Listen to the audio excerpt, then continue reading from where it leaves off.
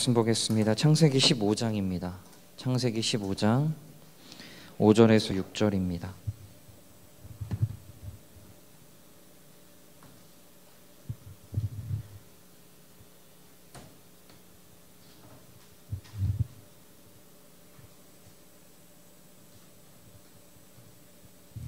창세기 15장 5절에서 6절 말씀, 우리 두 절인데요. 지금 뜬 거는 새번역 성경이고요. 여러분들 이제 개역개정으로 이렇게 읽으시면 됩니다. 창세기 15장 5절에서 6절까지의 말씀 우리 같이 읽겠습니다. 시작. 이끌고 밖으로 나가 이르시되 하늘을 우러러 무뼈를 셀 수 있나 보라. 또 그에게 이르시되 내 자손이 이와 같으리라. 아브라함이 여호와를 믿으니 여호와께서 이를 그의 의로 여기시고. 아멘. 오늘은 하나님 나라의 도전 세 번째, 회복의 길이라는 제목을 가지고 우리 함께 하나님 말씀을 나누도록 하겠습니다. 이 첫 번째 시간, 두 번째 시간 우리 잠깐 좀 기억해 보면 제가 깨어진 세상에 대해서 여러분들과 함께 좀 나눴습니다. 깨어진 세상에 대해서. 근데 그 원인이 뭐냐면은 자기 중심성이다. 그걸로 인해 가지고 우리가 지금 세상이 깨어졌다라고 얘기를 하는데, 우리가 지금 살아가는 세상은 제가 말씀드렸던 대로 산산조각이 난 세상입니다. 정상적인 세상이 아니죠. 행복하길 원하는데 마치 조각난 퍼즐 속에 행복이란 피스가 간혹가다 하나씩 들어있는 것처럼 우리가 살아가는 세상은 그래요. 행복하기를 원하지만 행복을 찾기가 참 어렵습니다. 이 깨진 세상을 비유하자면은 깨진 웅덩이다라고 할 수가 있는데, 깨진 독, 웅덩이, 구멍난 웅덩이다라고 말씀을 드릴 수가 있는데, 여러분 이런 깨진 웅덩이, 깨진 독에다가 물을 아무리 부어도 물이 찰까요? 물이 차지 않는 이유가 우리 열심이 부족해서 그런 걸까요? 더 열심히 부어봐, 쉬지 말고, 그러면은 언젠간 찰 거야. 이게 맞는 말입니까? 여러분, 깨져 있고 구멍이 나 있기 때문에 아무리 무슨 수를 써도 밑빠진 독에 물 붓기밖에 되지 않습니다. 다시 말해서 제가 지난주부터 계속 얘기하듯이 근본적인 문제가 해결되지 않으면은 결국 우리는 밑빠진 독에 물 붓기밖에 될 수 없다라는 거예요. 인류가 이 문제를 해결하기 위해서 우리가 얼마나 많은 수고를 했을까요? 이 깨어진 세상 가운데 대체 행복을 찾아가지만 행복을 찾을 수 없는 이 세상 가운데 이 문제, 이 근본적인 문제를 해결하기 위해서 인류가 얼마나 많은 수고를 지금까지 해왔을까요? 먼저 우리 이런 수고를 몇 가지만 좀 살펴보겠습니다. 인류가 얼마나 수고를 하고 노력했는지에 대한 것들. 자, 먼저 여러분, 착하게 살라라는 말 들어보셨죠? 많이 들으면서 잘하지 않으셨습니까? 다들 착하게 살면 좋은 세상이 온다. 여러분, 착하게 산다라는 게 뭘까요? 착하게 살면 진짜 좋은 세상이 올까요, 여러분들? 남들한테 해코지하지 않는 거, 이게 착한 걸까요? 좋은 일 하면서 사는 게 착하니까요? 착한 걸까요? 요즘 아이들한테는 이게 잘 통하지 않아요. 오히려 요즘 아이들한테는요, 착하게 살라는 얘기를 많이 하지 않아요. 오히려 지지 말고 살아, 그리고 누구 한 대 때리면 한 대 더 때려, 이런 식으로 하는데, 그래도 여전히 착하게 살라라는 어른들의 가르침에는 변함이 없습니다. 여러분, 당연히 착하게 사는 거 정말 중요해요. 근데 진짜 착하게 산다라고 해서 문제가 해결이 될까요? 우리가 이게 깨진 세상이 착하게 살지 않아서 이 지경이 됐을까요? 우리나라만큼 착하게 살라는 말을 덕담처럼 많이 하는 민족이 없는데 왜 여전히 우리나라는 범죄가 들끓고, 우리나라뿐만이 아니죠, 사람들 간의 불신은 나날이 심해져 갈까요? 우리 주변을 둘러보면 실상 착함을 추구하지만 인간은 그리 착해 보이지 않습니다. 예레미야 선지자는 이것을 간파하고요, 아주 이걸 신랄하게 이야기하는데 제가 잠깐 읽어드릴게요. 만물보다 더 거짓되고 아주 썩은 것은 사람의 마음이니 누가 그 속을 알 수 있습니까? 라고 예레미야 선지자는 이야기합니다. 인간의 마음이 이 세상 다른 모든 피조물들과 비교할 수 없을 정도로 가장 거짓되고 부패했다라고 선지자는 이야기하고 있어요. 그렇기 때문에 우리가 아무리 착한 짓을 하고 착한 행동을 하려고 해도 그걸로 통해서 세상이 바뀌지도 않을 뿐더러 인간의 그 심리 가운데, 인간의 그 본성 가운데는요, 오히려 착함보다 부패한 것들이 훨씬 더 많기 때문에 하는 모든 것들이 죄된 행동이 될 수밖에 없습니다. 우리의 착한 마음은 여건과 환경이 좋을 때는 잘 작동을 해요. 누구나 착해질 수 있지만 내 이익에 침해가 오거나 그리고 내가 피해보는 상황이 왔을 때 우리는 전혀 착하지 않는다라는 겁니다. 깨어진 세상, 착하면 문제가 해결될까라고 했을 때 의문을 던질 수밖에 없습니다. 자, 그렇다면 두 번째, 이 세상을 또 바뀌기 위해서 또 얼마나 많은 수고를 했냐면 두 번째는 탐구와 연구입니다. 탐구와 연구.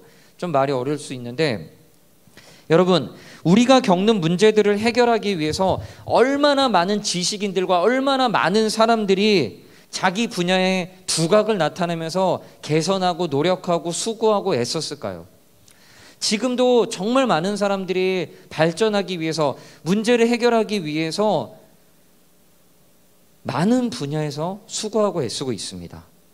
요즘은 특히나 인문학적 소양을 길러야 된다라고 얘기하면서 이런 문제로 접근하는 경우들을 참 많이 보게 됩니다. 아니면은 뭐 윤리나 과학이나 이런 것들, 이런 것들을 통해서 우리 사회가 더 좋아질 거라고 많은 사람들이 이야기하고 많은 사람들이 애를 쓰고 있어요. 그러나 근원적인 질문에 대답을 하지 못합니다. 탐구와 연구, 이 세상이 얼마나 많이 발전했을까요, 여러분들? 첨단 과학이나 IT 이런 것들은 정말 많이 발전하고 있습니다. 여러분, 인터넷 우리 생활에 없어서는 안 될 필수 요소가 된 지 오래예요. 여러분 한번 생각해 보세요. 여러분 최근도 아니에요. 몇 년 사이에 인터넷에 접속하지 않는 날이 여러분 단 하루라도 있었습니까? 여러분 살면서 인터넷 기억이 나세요? 그런데 여러분들 인터넷 때문에 여러분들이 행복해졌다라고 할 수 있습니까? 그렇게 자주 사용하는 인터넷 때문에 행복해졌습니까, 여러분들? 잠깐 행복은 있을 수 있어요. 뭐 예를 들어서 인터넷 쇼핑해서 그런 걸로 행복해지지만 여러분 인터넷 때문에 정말 행복해졌습니까? 오히려 인터넷으로 파생되는 문제들이 기하학적으로 늘고 있지 않습니까? 범죄. 과학은 어떨까요? 과학이 발전하면 발전할수록 악용하는 사례들이 넘쳐납니다. 지금은 상상을 초월할 정도로 살생 무기들이 엄청나게 많이 개발되고 있어요. 전 세계적으로 여러분 핵폭탄이 얼마나 많은지 아십니까? 우리나라는 지금 핵을 만들지 못하지만 미국이나 이렇게 하게 되면 핵 경쟁이 어마어마한데 전 세계적으로 있는 핵폭탄 뭐 그거 다 터뜨릴 필요도 없어요. 몇 개, 수십 개만 터뜨려도요 이 세계, 이 지구는 다 멸망한다고 하더라고요. 누가 먼저 한번 버튼을 시작하게 되면은 난리 나는 거죠. 과학이 발전할수록 이런 문제들이 발생합니다. 탐구와 연구가 근원적인 문제를 해결할 수 있을지 여전히 의문이 들 수밖에 없어요. 자, 세 번째 뭐가 있을까요? 사람들이 이 세상을 변화시키기 위해서, 행복하게 살기 위해서 많이 개발하는 것, 저는 종교가 있다라고 생각합니다. 종교로 대표되는 기도 행위도 포함될 것 같아요. 여러분, 세상엔 수많은 종교들이 지금도 만들어지고 사라지고 부지기수로 일어나고 있습니다. 별의별 종교라고 하기에는 이상한 것들도 정말 많아요. 우리나라에도 제가 말씀드리지 않나요? 우리나라에만 자칭 예수라고 하는 사람이 20명이 넘어요. 경상도에 다윗도 있습니다. 엄청 많아요. 예전에 제가 알던 사람이 TV에서 만나 제가 거기 갔는데 이상한 종교 사입이 정말 많습니다. 우리나라에도. 전 세계적으로 많지만 어떤 사람들은요 숫자 9를 숭배하는 종교도 있어요. 9는 완전 숫자다면서 막 이런 걸 숭배하고 말도 안 되는 짓들을 하고 있는데 수많은 종교들이 생겨나고 있습니다. 인류가 믿는 신만 해도 얼마나 될까요? 여러분, 대부분 종교가 형성되는 이유는 자신의 안녕이나 우리 가족의 안녕, 평안을 위해서 만들어집니다. 왜냐하면 인간 근본 갈망에는요, 평안하고자 하는 욕구가 있어요. 잘 살기 원하는 욕구가 있는데 이런 것들을 종교가 충족시켜 주기 때문에 수많은 종교들이 일어나고 있어요. 그런데 여러분, 모든 종교가 나의 안녕과 나의 평안만을 위해서 존재한다라고 생각해 봅시다. 종교의 목적이 모두 여기에 맞춰졌다면 여러분 어떨까요? 대부분 종교의 목적이 다 그렇습니다. 우리는 명목상 신을 섬긴다라고 얘기하지만 결국 그 신을 섬기는 이유도 나를 위해서 섬기는 거예요. 정말 열심히 신을 섬깁니다. 지성이면 감천이다 그래가지고 어떻게든지 신의 마음에 들려고 하고 어떻게든지 신을 감동시키기 위해서 얼마나 수고하고 애쓰는지 몰라요. 그렇게 열심히 섬기지만 내 이익을 위해서 섬긴다는 거 여러분 아십니까? 그리고 내 이익이 피해가 되게 되면요, 다른 누가 피해를 봐도 나는 상관없어요. 나한테만 이익이 되면 돼요. 그래서 예전에 종교 그런 거 아시죠? 막 전설의 고향 그런 거 보시면은, 여러분 보시지 않았겠지만 전설의 고향 같은 거, 사람 집신으로 인형 같은 거 만들잖아요. 그리고 주술적인 거 해가지고 막 뭘 찌르잖아요. 미워하는 사람, 죽이고 싶은 사람 이렇게 하면서 치면은 이 사람 옆구리 딱 치면은 이 사람이 갑자기 옆구리가 아프고, 그런 주술적인 행동을 통해서 내 이익을 도모하는 거예요. 심지어는요, 전 세계적으로 인신제사가 정말 많이 역사적으로 많이 일어났습니다. 고대 이 중동에도요, 이스라엘 주변 나라에도요, 인신제사가 얼마나 많이 일어났는지 모릅니다. 수많은 종교가 나고 지고 여전히 존재하는 종교들도 많지만 종교들이 이 세상을 좋게 하는데 이바지하기보다는 오히려 해악을 끼치었던 게 더 많은 게 사실이에요. 이런 면에서 우리 기독교도 부끄러운 게 사실입니다. 여러분, 이런 노력들이 참 많이 일어났어요. 원인은 뭐냐? 세상을 행복하게 하기 위해서, 좀 더 발전되고 좀 더 좋은 세상을 만들기 위해서, 깨어진 세상을 회복하기 위해서 수많은 사람들이 노력하고 애쓰고, 그리고 수많은 사람들이 지금도 발전되고 수많은 사람들이 이 문제를 해결하려고 노력하고 있어요. 근데 세상이 나아졌냐? 세상이 좀 더 좋아졌냐? 행복하게 살고 있냐? 질문하면 하나같이 다 같이 대답하는 게 뭐냐? 그렇지 않다라고요. 2년에 걸쳐 닥쳤던 이 코로나 블루로 인해 가지고 우리의 삶은 더 피폐해졌죠. 19년 대비해서 자살하는 숫자나 우울증이나 공황장애에 걸리는 사람들, 정신적인 병에 걸리는 사람들이 정말 많이 늘어났어요. 수많은 약들이 개발되고 수많은 것들이 더 좋아졌지만 사람들의 삶은 더 고통스러워지고 있습니다. 이게 지금 우리가 살아가는 삶이에요. 여러분, 그렇다면은, 이런 한계가 있다면은, 그렇다면 하나님, 우리가 믿는 하나님은 대체 뭐라고 하셨을까요? 우리가 믿는 하나님은 어떻게 이 문제를 해결해 나가셨을까요? 제가 드리고 싶은 말씀 바로 이거예요. 그렇다면 이런 문제 가운데, 이 깨어진 세상 가운데서 하나님은 뭘 하고 계셨냐라는 거예요. 하나님은 어떻게 이 문제를 해결해 가고 계셨냐는 거예요. 여러분, 하나님은 뭐라고 계셨을까요? 위의 문제들을 해결하려고 하나님은 대체 뭐라고 계셨을까요? 상상해 봤어요. 제가 만약 하나님이라면은 이런 깨어진 세상을 보고 나는 어떻게 했을까? 저라면은, 제가 만약 하나님이었다면은 저는 다 뒤집고 새롭게 시작했을 것 같아요. 저라면은. 꼴 보기 싫은 여러분들, 죄송합니다. 여러분들 꼴 보기 싫다는 거 아니에요. 제 입장에선 이 깨어진 세상, 이 인간들을 보면서 마치 우리가 USB를 포맷하듯이 싹 지워버리고, 꼴 보기도 싫은 인간들 싹 다 지워버리고 나는 새롭게 시작할 거야. 나는 이 장으로 통해서, 내가 저 인간을 통해서 나는 인류를 새롭게 시작할 거야 라고 저는 만약 그랬을 거예요. 근데 하나님은 그렇게 하셨을까요? 아니에요. 또한 하나님은요, 정치적으로나 경제적으로 대단한 민족들을 들어서 사용하지도 않으셨습니다. 대단한 인물을 사용하셔서 세상을 바꾸어도 좋지만 하나님은 그렇게 하지 않으셨어요. 또한 하나님은 모든 사람에게 나타나서 각 개인의 그런 특별한 종교 체험을 시키셔가지고 인간을 조작해가지고 내가 원하는 세상을 만들어도 되셨지만 그렇게 하지 않으셨어요. 그렇다면 하나님은 어떤 방법을 사용하셨을까요? 이 깨진 세상을 회복하기 위해서. 정답은 바로 한 사람입니다. 깨어지고 고통이 가득해진 이 세상을 치유하기 위해서, 근본적인 문제를 해결하기 위해서 하나님께서 쓰셨던 방법은 바로 하나님과의 관계, 단절된 그 하나님의 관계를 다시 회복하신 거예요. 그리고 그 회복을 위해서 누구를 사용하냐면 단 한 사람을 찾아가셔서, 그리고 그 한 사람을 통해서 그 회복의 관계를 시작하셨습니다. 그게 누구냐면 바로 우리가 읽었던 오늘 본문의 말씀, 아브라함입니다.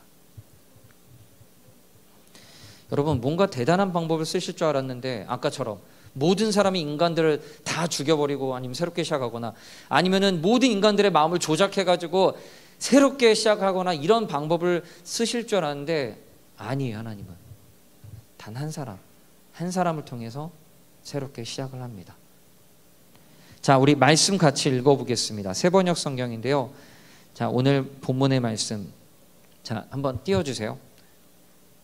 1절부터 3절까지의 말씀입니다. 예, 우리 같이 한번 읽어보겠습니다. 시작.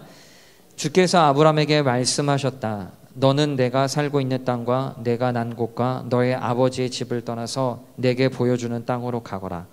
내가 너로 큰 민족이 되게 하고 너에게 복을 주어서 내가 크게 이름을 떨치게 하겠다. 너는 복의 근원이 될 것이다.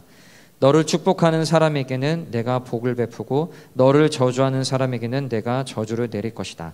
땅에 사는 모든 민족이 너로 말미암아 복을 받을 것이다. 하나님이 아브라함을 찾아가셨습니다. 그리고 놀라운 약속하세요.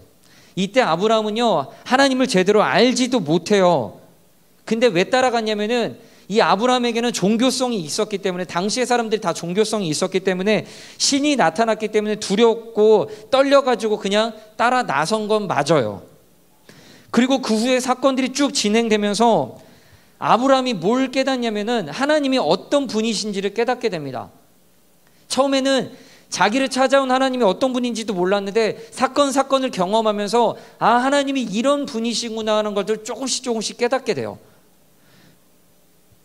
그런 아브라함에게 하나님께서 확실한 약속을 주시는데, 어떤 약속을 주시면 자손에 대한 약속을 주십니다. 오늘 본문의 말씀인데 우리 다시 한번 읽어보겠습니다. 세번역 성경으로 한번 읽어보겠습니다. 5절입니다. 시작.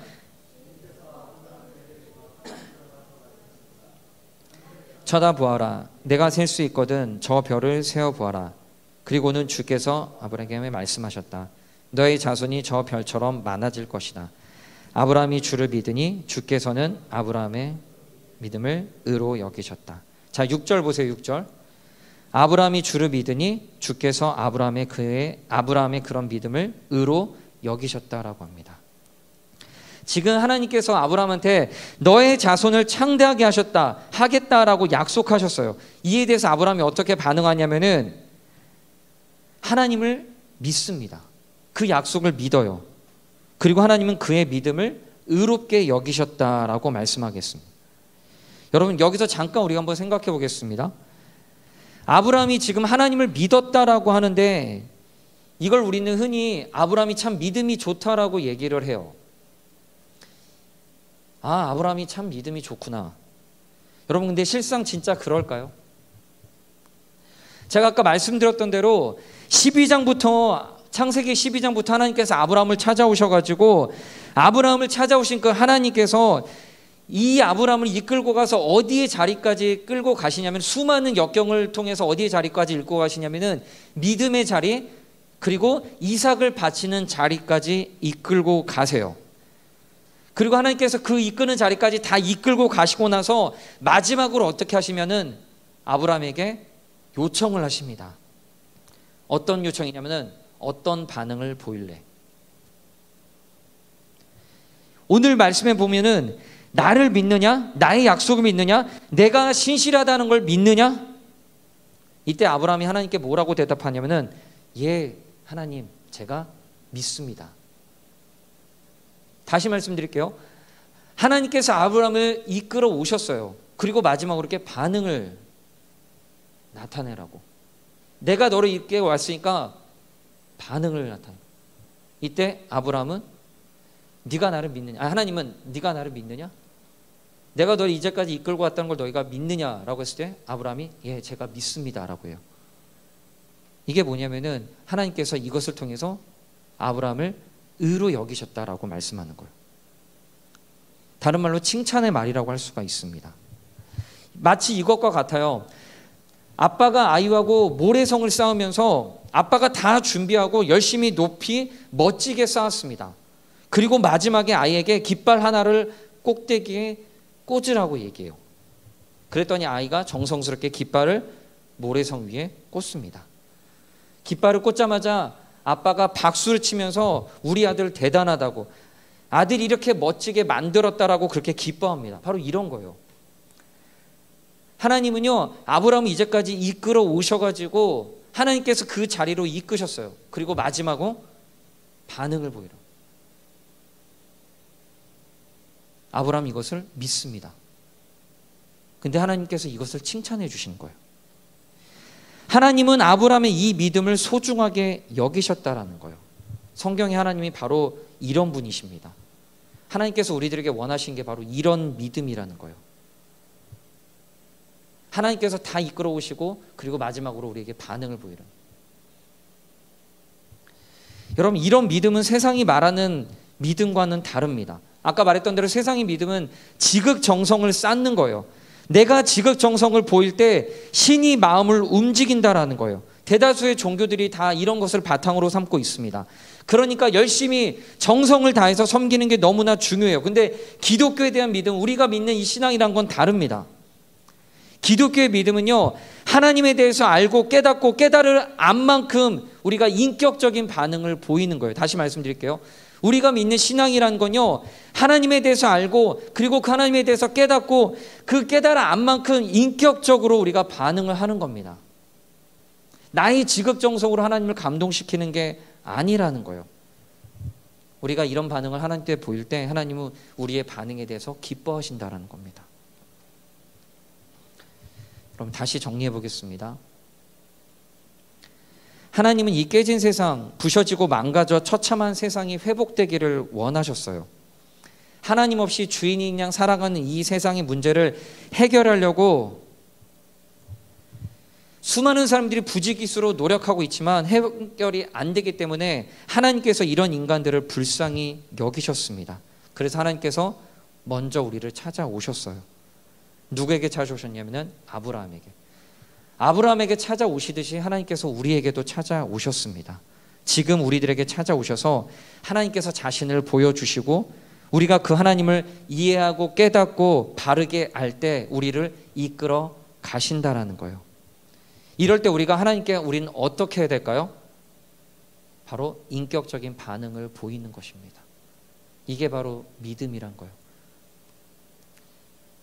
우리가 한 게 없어요. 하나님께서 다 이끌어 가셨어요. 근데 하나님은 이것조차도 우리에게 칭찬을 해주신다는 거예요. 아까 아이가 깃발하는 꽂은 걸로 아빠가 기뻐했던 것처럼 하나님께서 다 이끌어 오셔서 우리에게 인격적인 반응을 보이라고 하셨을 때 우리가 예, 하나님이 이끄셨습니다라고 우리가 반응 보일 때 하나님께서 우리를 너무나 기뻐하신다는 거예요.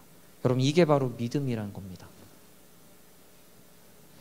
이해하고 깨달은 만큼 진실되게 반응하기를 원하시는 것, 이게 바로 믿음입니다. 여러분, 여러분에게는 이런 믿음이 있습니까? 믿음이란 것은 하나님께서 하셨고 지금도 하고 계시고 앞으로도 그 하실 그 일들, 이런 일들에 우리가 인격적으로 반응을 하는 겁니다. 우리가 인격적으로 반응할 때 하나님은 우리의 그 믿음을 통해서 하나님께서 지금도 이 세상을 치유하고 계시는 그 일에 우리를 동참시키셔서 우리를 사용해 나가신다는 거예요. 중요한 것은 우리가 인격적으로 하나님께 반응을 하는 것입니다. 하나님, 저는 하나님이 이제까지 하신 일, 그리고 지금도 하고 계신 일, 그리고 앞으로 하실 일들을 전적으로 믿고 깨달았습니다. 하나님, 그 일을 지금도 나를 통해서 그리고 우리 공동체를 통해서 하길 원하신다는 것도 제가 깨달았습니다. 하나님, 저를 사용하여 주시옵소서. 이 깨진 세상을 회복하는데 저를 사용하여 주시옵소서. 이게 바로 인격적인 반응을 보이는 것입니다. 여러분, 그리고 이것이 바로 믿음이라는 거예요. 이 믿음은 하나님이 세상을 이끌어 가시는 가장 중요한 원리이고, 하나님께서 이 세상을 회복하게 나가시는 일에 우리가 참여할 수 있는 가장 중요한 방법입니다. 이게 바로 믿음이라는 거예요. 이 분명한 믿음을 가지고 이 신앙의 여정을 걸어갈 수 있는 우리 청년들이 되시기를 부탁드립니다. 여러분, 하나님은 지금도 깨진 세상을 회복해 나가세요. 누구를 통해서? 보잘것없는 나를 통해서, 보잘것없는 우리 공동체를 통해서. 이럴 때 우리가 어떻게 되냐고요? 우리는 인격적인 반응을 보이는 겁니다. 하나님, 저는 하나님께서 하셨던 일, 지금도 하고 계시고 앞으로 하실 그 일들을 전 전적으로 믿습니다. 하나님께서 지금도 세상을 치유하고 회복해 나가신 일들에 저도 함께 동참하기를 원합니다. 여러분, 이게 여러분의 삶으로 반응해야 될 모습이라는 겁니다. 이해가십니까?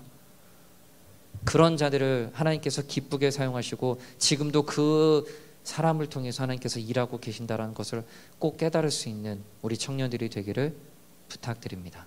기도하겠습니다. 하나님, 우리 청년들을 붙들어 주시기를 원합니다. 하나님께 대해서 우리가 전적으로 인격적으로 이 삶을 다해서 반응할 수 있는 청년들이 되기를 원합니다. 하나님께서 이 깨진 세상 가운데 지금도 회복하고 치유하고 계신다라는 것들을 깨닫고 우리도 그 일에 함께 동참하고 하나님, 제가 뭘 해야 됩니까? 라고 질문할 수 있는 우리 청년들 되게 도와주시옵소서. 하나님, 우리를 사용하여 주시옵소서.